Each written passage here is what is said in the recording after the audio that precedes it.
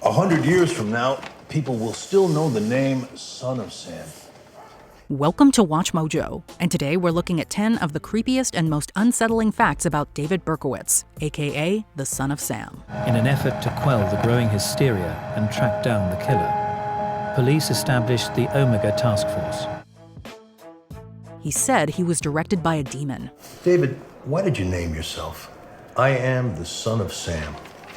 Go out and kill, commands Father Sam. Have you ever wondered who this Sam actually was? According to David Berkowitz, it was an ancient demon said to be speaking through his neighbor's Labrador retriever. After his arrest on August 10, 1977, Berkowitz told investigators that he had simply been obeying the orders of the demon. What do you want? I want you to go out and kill. Kill! Kill! Kill! Kickstarting one of the most famous aspects of the case and a serious study into Berkowitz's mental health. At the time, the story of the demonic dog grabbed massive media attention, not just because it's inherently creepy, but because the pop culture of the time leaned heavily into possession and demonic themes. Coincidence? You saw The Exorcist. Everyone did. You read a lot about demons and exorcisms before the killings? Maybe. He made the dog story up. It's a crock, isn't it? There's no voices, no demon. The dog doesn't talk. No, it was not a coincidence. He knew what was hot at the time and played directly into it. Berkowitz never heard demonic voices, and he made the whole dog story up for a variety of practical and psychological reasons. They all bought it, David. Didn't they? Even the shrinks.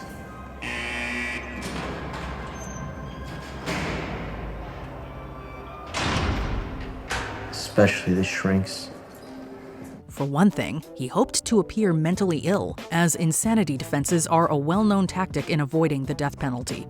It also guaranteed a media frenzy, and Berkowitz was fascinated by the attention and may have enjoyed fueling his own legend.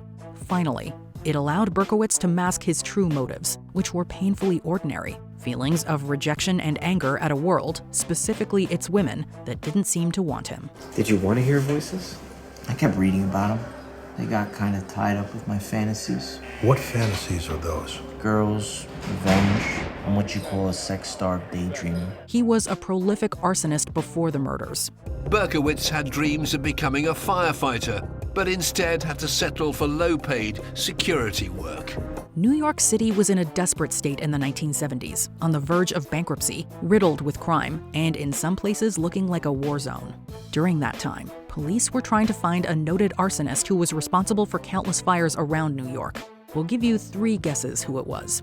After his August 1977 arrest, police raided Berkowitz's apartment and found a series of notebooks in which he extensively detailed hundreds of fires. On May the 13th, things came to a head when Berkowitz threw a petrol bomb into Sam's backyard.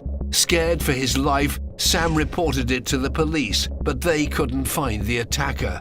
Meanwhile, Berkowitz continued his reign of terror, setting fires in nearby apartment buildings. When pressed, Berkowitz admitted that he had started well over 1,000 fires throughout the early 70s. Berkowitz has said in interviews that it gave him a sense of release, and arson is often interpreted as part of a psychological buildup toward more violent acts like murder. When we look at young people who engage in this kind of behaviour, fire setting is a way of them maintaining control. It's an externalisation. They have these feelings, they want to do something with those feelings, and rather than turning it in on themselves, they turn it outward to start harming other people and other things. He stabbed 2 women before the shootings began. On December the 24th, Christmas Eve, a delusional David Berkowitz decided to make his scrawlings about killing a reality. Most people remember Son of Sam for his infamous shooting spree that left 6 people dead and many more wounded. But his violent streak began a bit earlier in December of 1975. On Christmas Eve of that year, Berkowitz stabbed 2 people with a hunting knife. He was in the area of Yonkers, and he had a knife with him. And he walked up to a young lady, started stabbing her. She screamed, left, went a couple of blocks away, and started stabbing another lady. She screamed, and he left. The first was never properly identified by police. The second was 15-year-old Michelle Foreman, who was stabbed 6 times and was hospitalized for a week afterwards. These early knife attacks seem to reflect Berkowitz's descent into violent obsession, graduating from arson to attempted murder.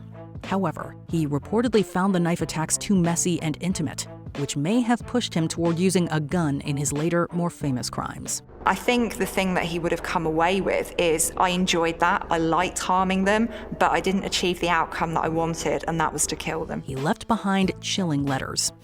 We now had something concrete, physical evidence. We had some prints, and we had his handwriting. Like other famous serial killers, Berkowitz relished in the attention and believed he was of a superior intellect. And like other famous killers, he left behind some calling cards in a desperate attempt to boast. After killing Alexander Esau and Valentina Suriani in April 1977, Berkowitz left behind a letter taunting the police, calling himself a monster, and discussing Sam's influence. In his fantasy life, he was the son of Sam, a servant of the devil, and at his next killing, he'd leave a letter to Borelli describing his strange satanic world. This chilling letter was crudely written, a grammatical mess with countless spelling mistakes. He then sent a personal letter to Jimmy Breslin, a columnist at the Daily News, this one far more poetic and with correct spelling. It's unclear why the letters were so different in nature, with some theorizing mental illness or the idea that Berkowitz was putting on an act. When Joe first showed me that letter, my immediate reaction was, this is a guy that's trying to build a reputation for himself so that he'd be known, that his name would be recognized. When people heard his name, they'd be frightened. It would show he was powerful and he had an identity. People changed their appearance to avoid him. Maybe once every few weeks you find the right girl in the right place, the right time. I never knew what I was looking for, but I knew her when I saw her. As the son of Sam's body count rose, people began to notice a pattern. By the spring of 1977, the son of Sam had been active for nearly a year, and all of his female victims had long, dark hair. Naturally, it seemed like the killer was working with a physical motive. When the public got wind of this, pandemonium broke out as women desperately attempted to camouflage themselves so as not to become another victim. The son of Sam killer, who has been targeting young women with shoulder-length hair, has caused panic-stricken brunettes to run to their hairdressers to dye their hair blonde as protection against this madman. Beauty stores quickly sold out of wigs, women cut their hair short, and others dyed their hair bright colors like blonde or red. Paranoia was rampant in the Big Apple throughout the summer of '77. Hey, Vinny. No, stay where you are. Stay right where you are. Well, come on, let her go. I gotta cut her hair. He planned to commit terrorism. The police had captured Berkowitz just in the nick of time. Using the semi-automatic rifle found in his car that weekend, the son of Sam was planning a mass shooting. If the son of Sam hadn't been caught, then his violence might have escalated into outright terrorism. Police observed Berkowitz's belongings and found heavy weaponry, including a shotgun and a submachine gun. He told investigators that he planned on using this gun at a Long Island nightclub in order to, quote, go out in a blaze of glory. But that's not all. They also found rambling notes in which Berkowitz wrote of his desire to kill at least 12 more victims. Let's be thankful that he was caught when he was. The letter described Berkowitz's plan to machine gun teenagers at a nightclub in the Hamptons. Zigo's risk in breaking into the car had paid off. It took the largest manhunt in New York's history to catch him. He used a .44 caliber handgun to shoot innocent people in 3 of the city's 5 boroughs in more than a dozen seemingly random attacks. The crimes led to one of the biggest manhunts in the city's history. To this day, many people consider the hunt for the son of Sam to be the largest manhunt in the history of New York. No other criminal has gripped the city quite like him. The seemingly random nature of the shootings made it hard to establish a pattern, and the fact that they occurred in different boroughs complicated response coordination. You held an entire city in thrall. Girls got their hair cut so you wouldn't single them out. Discos closed early. It was the largest task force New York ever assembled. When it became obvious they were dealing with a serial killer, the NYPD formed a dedicated 200-person task force called Operation Omega, which conducted stakeouts and used early computerized data systems to manage the flood of information. In fact, when Berkowitz was finally arrested, he reportedly asked what took so long. Night after night, a massive task force patrolled the streets across New York and staked out lovers' lanes. But no one knew if, when, or where the killer might strike again. His apartment was covered in satanic graffiti. That writing on your apartment walls, what was that about?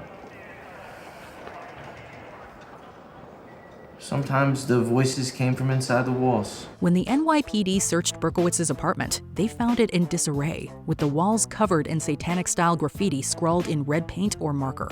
There were also various holes punched through the walls and bizarre messages such as, quote, "Hi, my name is Mr. Williams and I live in this hole." And I live in this hole. According to news accounts at the time, the graffiti included references to Sam, tying into the bizarre narrative that Berkowitz had spun about the demonic dog. While some have theorized that Berkowitz was part of a satanic cult, there is no credible evidence linking him to any broader group, and most experts believe that the graffiti stemmed solely from his own disturbed psyche and constructed mythology. Anytime I speak about his apartment, my body starts to chill because it's something that I had never seen before. Before we continue, be sure to subscribe to our channel and ring the bell to get notified about our latest videos. You have the option to be notified for occasional videos or all of them. If you're on your phone, make sure you go into your settings and switch on notifications. His publicity forced a new law. You know, two people are writing books. Your neighbor and some guy you gave your life rights to for whatever reason. I'm in a legal dispute with him. Almost immediately upon his arrest, people speculated that Berkowitz would go to hungry filmmakers and book publishers in an effort to sell his story. So, a new law was swiftly passed, which is now known as the Son of Sam Law. This new law prevented criminals from making money off the publicity of their crimes, say through books, movies, and interviews. That book is gonna move like Big Macs. A guy who talks to dogs, hears demons. Crazy sells, man. Instead, all income earned through these revenue streams would be turned over to the families of the criminals' victims. While the intentions were good, the law proved controversial and was later deemed unconstitutional. They were eventually rewritten, and dozens of states now have some form of Son of Sam law, though their scope and enforceability vary. There's no Son of Sam law in Nevada. That was ruled unconstitutional, so I'm free to write a book about all this. The story will be worth millions. Freaks are always good box office. Do you know any other creepy facts? Be sure to tell us about them in the comments below. He kept saying he needed blood. He demanded blood.